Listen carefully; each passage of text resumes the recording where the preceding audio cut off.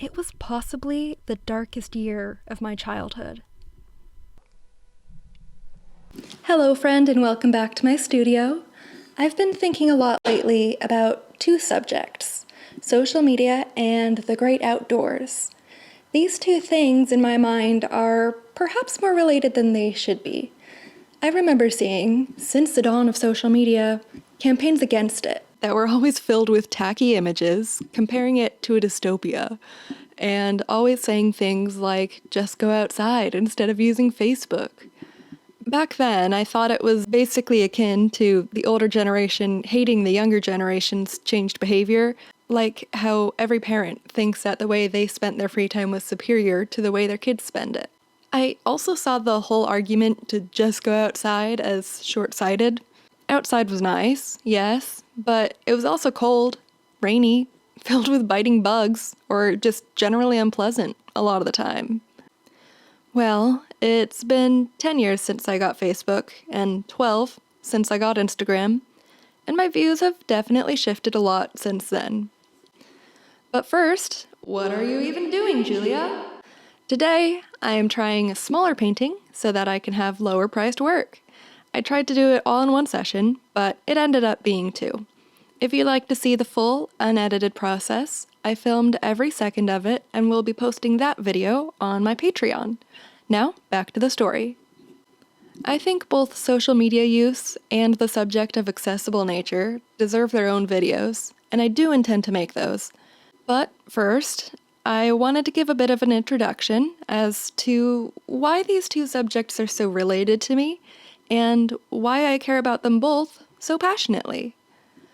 It goes back to my first years of social media. When I came home from school one day, I believe it was in 5th grade, I went and found my mom doing something on the computer. She hugged me hello, and then informed me she signed me up for a Facebook account. She told me it was a new website you could use to socialize and keep in touch with old friends. I was a little skeptical. I knew what socializing was, and an internet site, any internet site, did not sound like that. I was already a bit of an outcast from my peer group because I was reserved and religious. I didn't talk about any subject akin to sex, and that was all the hilarious rage among my age group. I was already feeling like a different kind of fish in my school of tuna. What my mom described to me sounded like what my peers would be interested in, not what I would like. I do realize how much of this is ironic now, but I swear this is accurate to my memory of the time. Well, from grade 5 to grade 8, I pretty much ignored that I had a Facebook, really rarely going on the site, and mostly spending my socializing hours with my friends at each other's houses. I spent a lot of time in my Arizona backyard and neighborhood. I climbed trees and swam and shot arrows in the side yard. I also biked a lot, picked a lot of fruit off of trees, and even found out how to get on top of the porch balcony from my bedroom window. I also had a deep connection with animals, and in these few years, my sister convinced my mom to get chinchillas, but my mom couldn't convince my dad of the new pet, so we kept them secretly in the closet until he found out about them. A few years later, I convinced my parents that since I was responsible enough to do my own laundry, I was also responsible enough for my own pet. Some mornings, I would wake up early to be found casually sweeping when my dad was going to work. Purely accidental timing, and not staged house labor. I was sure I had him convinced. They did allow me to choose a pet, and I chose a cockatiel. I named him Nugget, after chicken nuggets, because it looked like his head was dipped in honey mustard, and that was my favorite food at the time. I can't say these were the golden years of my childhood, because at the time I was slowly starting to feel depression sink into my brain chemistry, and I already had abandonment issues, and would cry for days if my friend said she couldn't hang out just to hang out with another friend. These years were not perfect, but compared to the following few, they shine with rose in my memory. During my 7th grade year, I found out that we had to move. My dad had done all he could to prevent it, taking longer commutes and starting side jobs. but his main source of income was forcing him out of the job, and he was interviewing at other colleges. He had an offer in Utah, and though it was sad, that was where my mom's family lived, so it didn't seem it would be all terrible. 7th grade was an awkward year for me. I had my nose in books so much, I got reprimanded for reading while my teacher was handing out an assignment. My friends were making friends outside of our established clique, and I was in middle school with the 8th graders rather than the top of my class of elementary. I made new friends too, though, looking especially for any other outcast of sorts. I was especially friendly to new kids and formed a pretty fun lunch group. But some of my older sisters had already left for college, and my house was filled with less children and noise now. I could feel the looming chapter of early adulthood, and I wanted nothing to do with it. And then we moved to Utah. This year sucked ass. It was possibly the darkest year of my childhood, and definitely not a good year for the rest of my family. As an angry teenager, I hated my mom for this move, but as an adult, I can see that they really didn't have a choice, and they did their absolute best. Socially, I was like a baby deer trying to climb an icy hill. I didn't know why, but everything I tried was wrong, and everyone I was friendly to was mean back. I could tell stories, but that would be derailing the point of the broader theme. We lived on a mountainside. We had the most gorgeous golden sunsets every night, but I barely stepped outside this whole year. I walked to and from the bus stop, and that was as much time as I cared to spend outside my house. I took to Facebook after years of ignoring my account. I started posting a lot of my art, which I was making a lot more of. But even as I was starting to use my phone more, I started hating overall screen time. This was because my mom, in trying to manage her own depression, had a sudden spike in phone usage. I wanted to bitch and moan endlessly about how unfair it all was, and while I was unloading my 12-year-old troubles on her, she was trying to take a break from a hard day on her admittedly addictive phone games. All I saw was my mom looking at her phone instead of me, and I fostered hatred in my heart for screens. Nonetheless, my Facebook updates would be things like, "Feeling weird today, anyone else?" Unsurprisingly, I didn't get a lot of positive interactions there either. The next year, we had to move again. My dad's position was just a year when he accepted it, but there was every hope he'd get a more permanent position at the end of it. That's not what happened, though. And the next summer, we found ourselves tearfully repacking everything. Well, everyone else was crying. I was ready to leave. When we got to North Dakota, I was determined to make this a better move. We hadn't found a house yet, so we stayed in a townhome for rent. It was on newly developed land, and our yards were mud pits. I spent no time outdoors and a lot of energy on Facebook. I had a few months of trying to make my own versions of viral videos. I would faceplant on a bed without flinching and eat lemons with a straight face. These were my young ideas of what a cool person looked like. I spent a lot of time with my bird, teaching him to fly to my hand when I lifted it up. As a family, we binged Lost on streaming.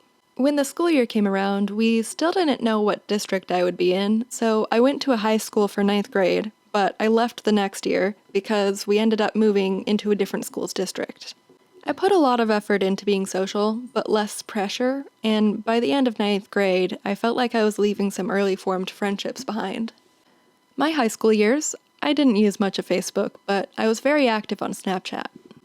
I used it to keep in touch with distant church friends, and I kept in touch with friends from a third high school that I went to for writing class and some theater. I would send friends entire melodramas acted out in stuffed animal format that would take 10 minutes to watch through. I decided that I hated this state too, and never even tried to spend time outside. Going on a walk around the block with the dog would be the most time I'd spend outdoors in weeks. I still felt like I was the alternative kid. Not a complete social pariah, but certainly not in the main crowd. 2 of my siblings, with more social anxiety than me, switched to an online high school program. I didn't, but that meant I almost never had a sibling with me in school.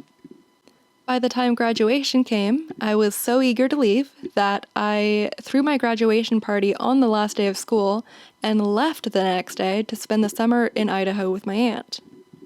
Right before graduation, though, I downloaded Instagram. I posted just a handful of times while in high school, but later I would look back and realize that I mostly downloaded the app to keep in touch with my high school peers after graduation. Even though I left so quick I never attended graduation.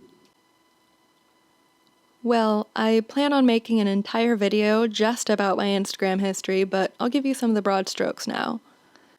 During college, I made little effort to befriend the people around me because I was pretending to be Mormon in a college that would expel you for such an act. I didn't want to trust the wrong person and get reported and expelled, so I censored my social media posts for the same reason, and I tried to find my social fix in boys. My screen time was largely in Netflix and spending so much time in bed that my roommates of some years barely saw me out of it. I used Instagram primarily to see old friends and acquaintances doing seemingly only great things with their lives. In my later college years, I posted more and more freely and swung rapidly to the other end of the spectrum, using social media fervently and spending hours on Instagram most days. I did go outside more during this time too, especially in the last few years when I learned to longboard. But my outdoor time was frequently linked to my Instagram posts. I picked up photography and also modeled for other beginner photographers. When in Utah, am I right? I planned a lot of photo shoots of couches in parks and other furniture and other places like chairs underwater or on fire by a lake. I did a lot of photo shoots with my friends at scenic places like the Salt Flats. And every time I went longboarding, I tried to get good pictures and videos, largely with the idea of posting them. I spent a lot of time outside, but most of it was in search for an aesthetic shot rather than enjoying my surroundings fully. I didn't realize it then, but I was mostly using my Instagram account as a promotion for dating me. Look how cool and adventurous and pretty I am. I made a lot of friends, but they were shallow friendships, and really only one stayed with me through life changes. She was the one friend I made in person at an old job, and she was also the inspiration for many of my photos. Then, in my last years in Utah, I started dating my now husband. I promised myself I was not going to be one of those girls who got married and suddenly disappeared from the platform. I thought that was erasure of a feminist kind, that married women should feel free to express their beauty and interests as much as unmarried women.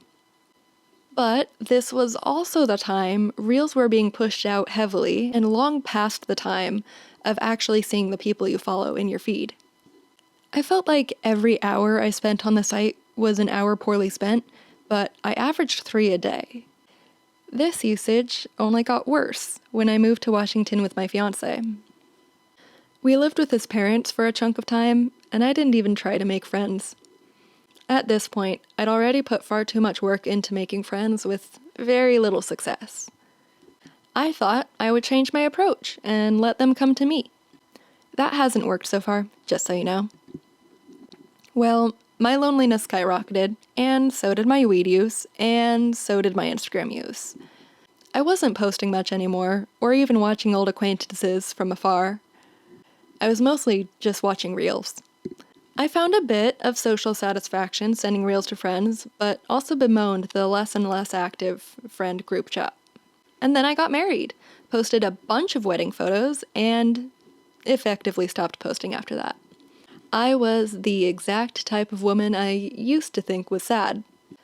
But suddenly I saw that the way I posted on Instagram was kind of for attention, and I didn't need that kind of attention anymore.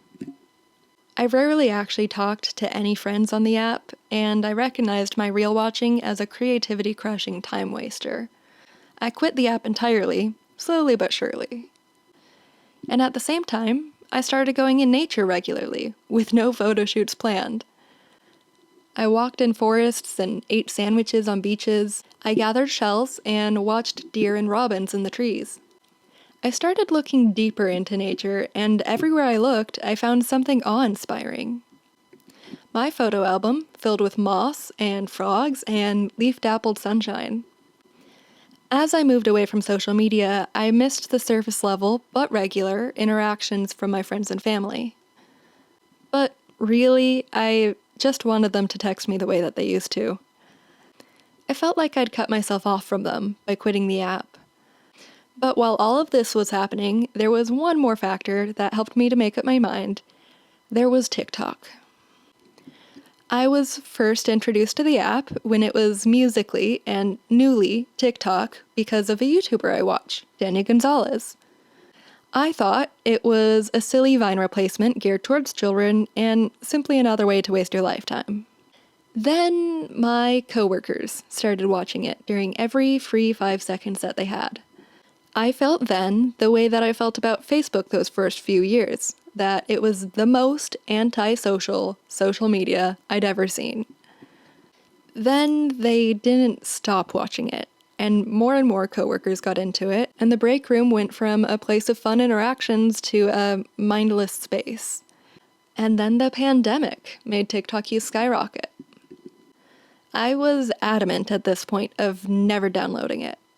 I already hated my Reels usage and was so lonely from the surface level interactions on that app, I could not stand behind another thing just like it but worse. And then my friends downloaded TikTok. Guys, I'm not kidding when I say I'm actually tearing up to remember this. I watched the world around me get sucked into that app in a way that I haven't seen since like year 3 of Facebook when everyone's aunts and uncles joined the platform. It took over, silently and swiftly. Everyone was not only constantly on the app, but they would mention it in conversation. Oh, you're an artist? You should make TikToks. Oh, you need a hair clip? I saw these cute ones over on TikTok. Oh, you're a social worker. Here's what I know about that because of these TikToks. I went from finding the app funny to being confused by its popularity to loathing its very foundations. And that's why I quit Instagram. It was only a lesser evil. And you know what? I don't miss it.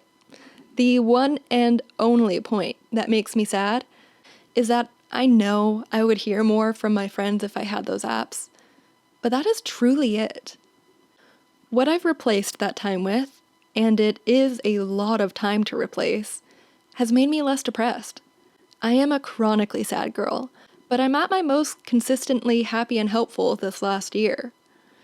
I moved to a place with a backyard, and I spend hours just sitting in the sunlight and watching the many squirrels and robins and chickadees hop around my yard.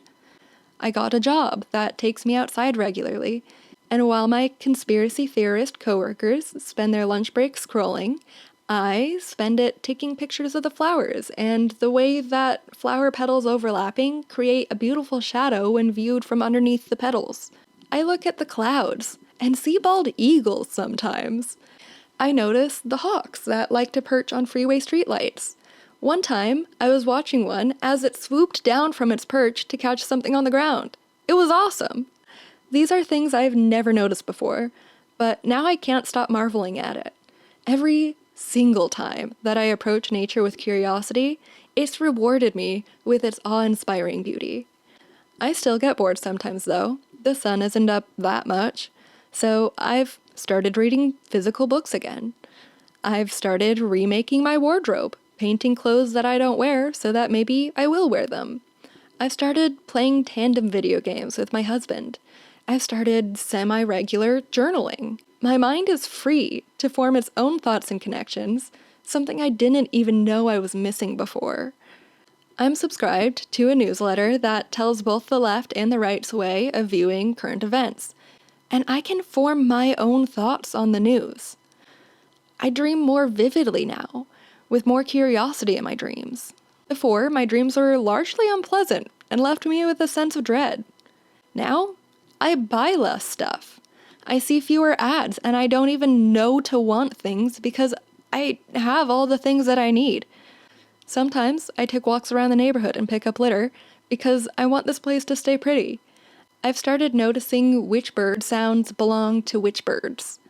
and I'm so much more hopeful and ready to enact change in my own life.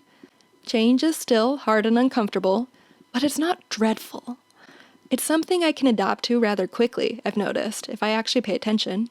I have no idea how my childhood friends are doing and how those girls who were mean to me in high school live their lives, and I don't care.